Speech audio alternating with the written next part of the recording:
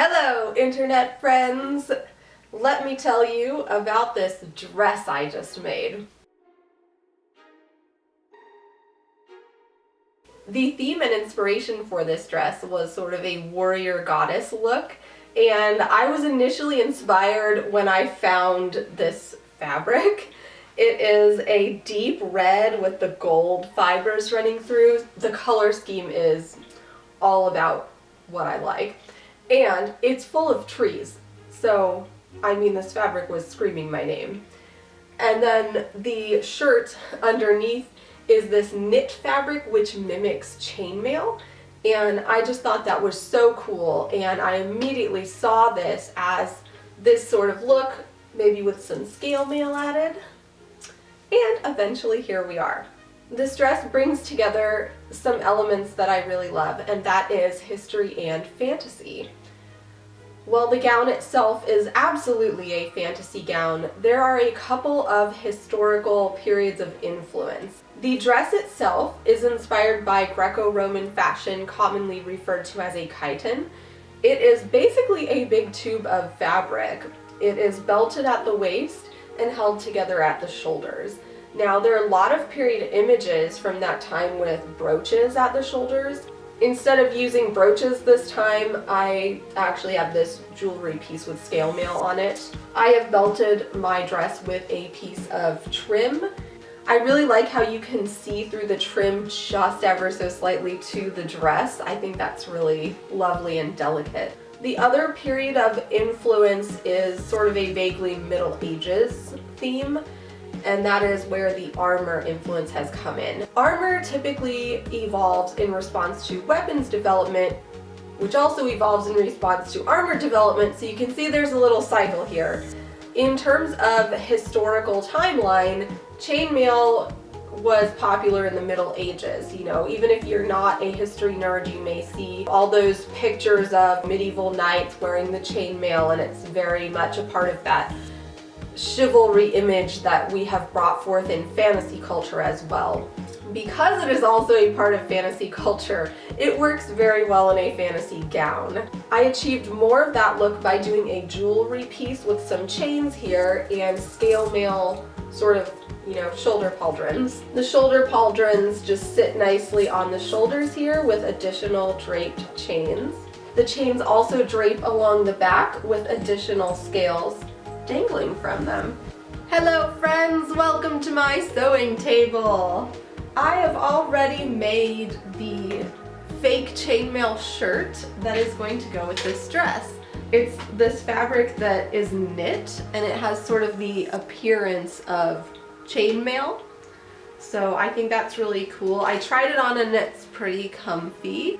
To make this shirt, it was actually pretty easy. I kind of patterned it off of a long sleeve t-shirt that I have that fits me pretty well. So I just kind of used that as an outline for the size of this one, and I just sewed it together. I think this is going to be really cool. This is the fabric I'm going to use for the overgown. I think it's just so lovely. It's this velvet that's got, these burnout designs where it's like showing through little gold threads, and it's kind of a tree design, so it's really beautiful. What I'm doing with the outer gown is actually pretty simple in terms of making it. This is kind of a quick project in between more advanced level ones, I guess. So this one is going to be essentially two pieces, like the front piece and the back piece, and then draped, so that it looks really super pretty. I've actually purchased exactly the amount of fabric I thought I needed for this dress. So what I'm going to do is cut it in half, and then I'm going to use those two rectangles to actually drape my dress. So there should be no wasted fabric, which is pretty exciting.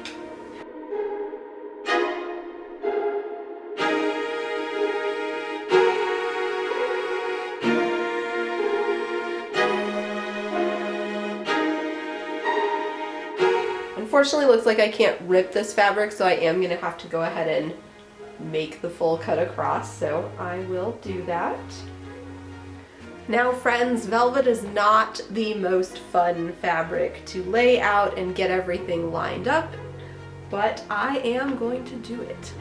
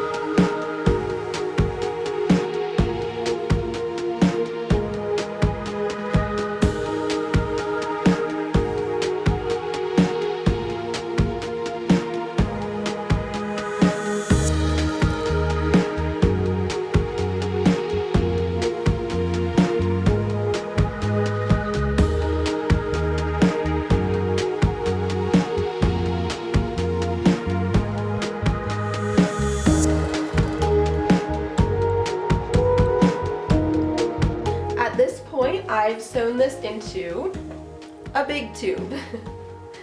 I have hemmed the bottom and the top edge, so it's really just one giant fabric tube that is long enough to be a dress.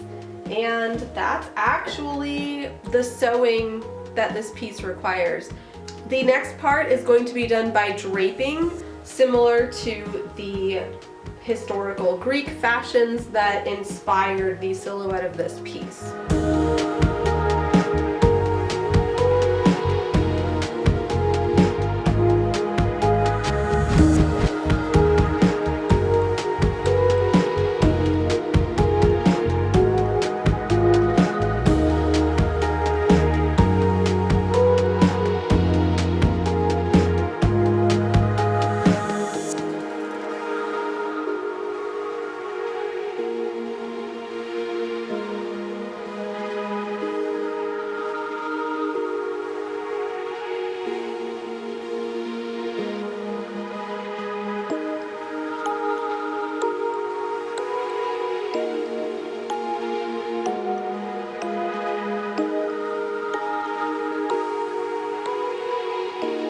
At this point, I am starting the draping of my garment. So I've put my fake chainmail shirt onto the mannequin, and then I've just put my fabric tube on her. The dress silhouette on top is inspired by the Greco-Roman clothing, often referred to as a chiton, and the drape of that is produced by draping a tube and basically attaching it at the shoulders. And I am leaving more draped in the front than in the back because that way it won't fall off the shoulders, because it does have that short amount in the back. However, you still get this really nice drapey neckline in the front. So once I kind of figure out how I like it, I actually take it off the mannequin and make sure that they are even, so it's symmetrical. You know, I didn't put it like more to the right or more to the left or something. What I'm going to do is attach these together, and then I'm also going to make some shoulder, pauldrons, which are not quite battle pauldrons, but inspired by battle pauldrons, which will be made of scale mail. And then finally I'm going to bring the waist in, which is also something that was seen in the Greco-Roman costuming. There are certainly examples of outfits with belts. This is not a historical Greco-Roman costume. Obviously I have made a chainmail inspired shirt, which is from much later, and it's actually based on the patterning of a modern long sleeve t-shirt. It is simply a fantasy garment with historical inspirations and elements.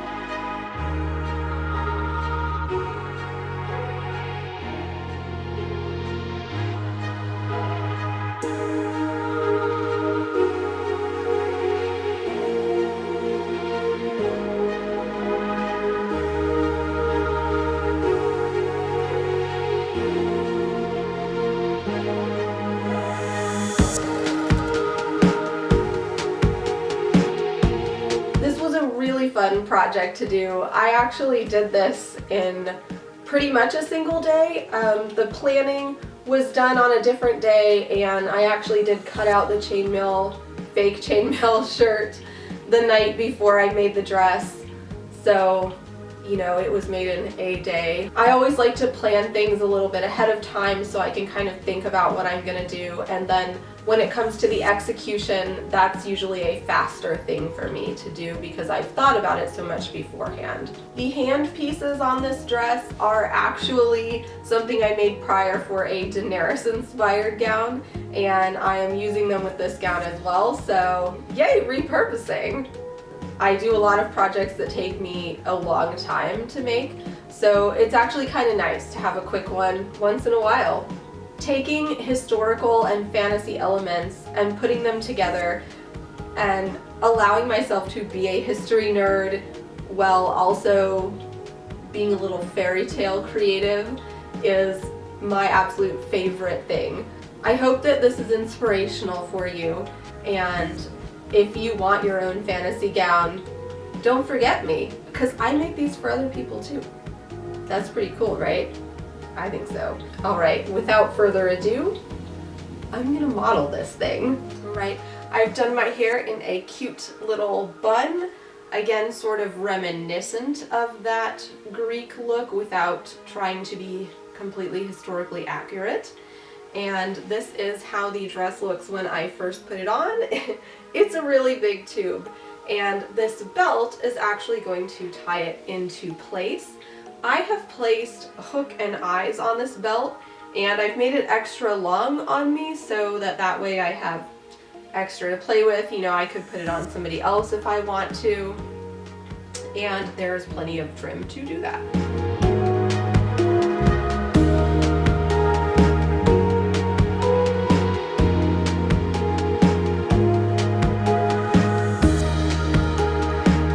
Next, I will put on my jewelry piece. This is my scale mail / chains jewelry piece.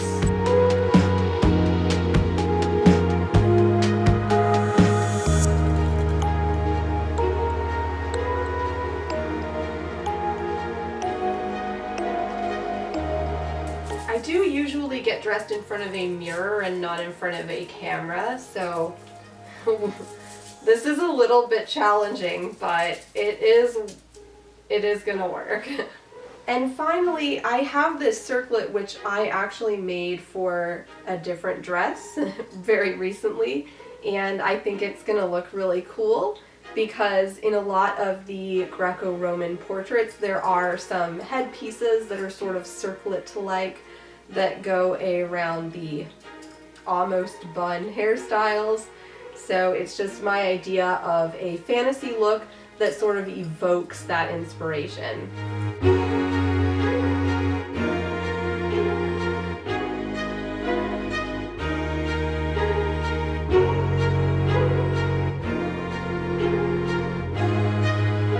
Okay, now I'm gonna go to a mirror where I can actually see myself and sort of adjust everything so it looks perfect. And I am dressed. This feels really awesome, really comfortable, and really cool.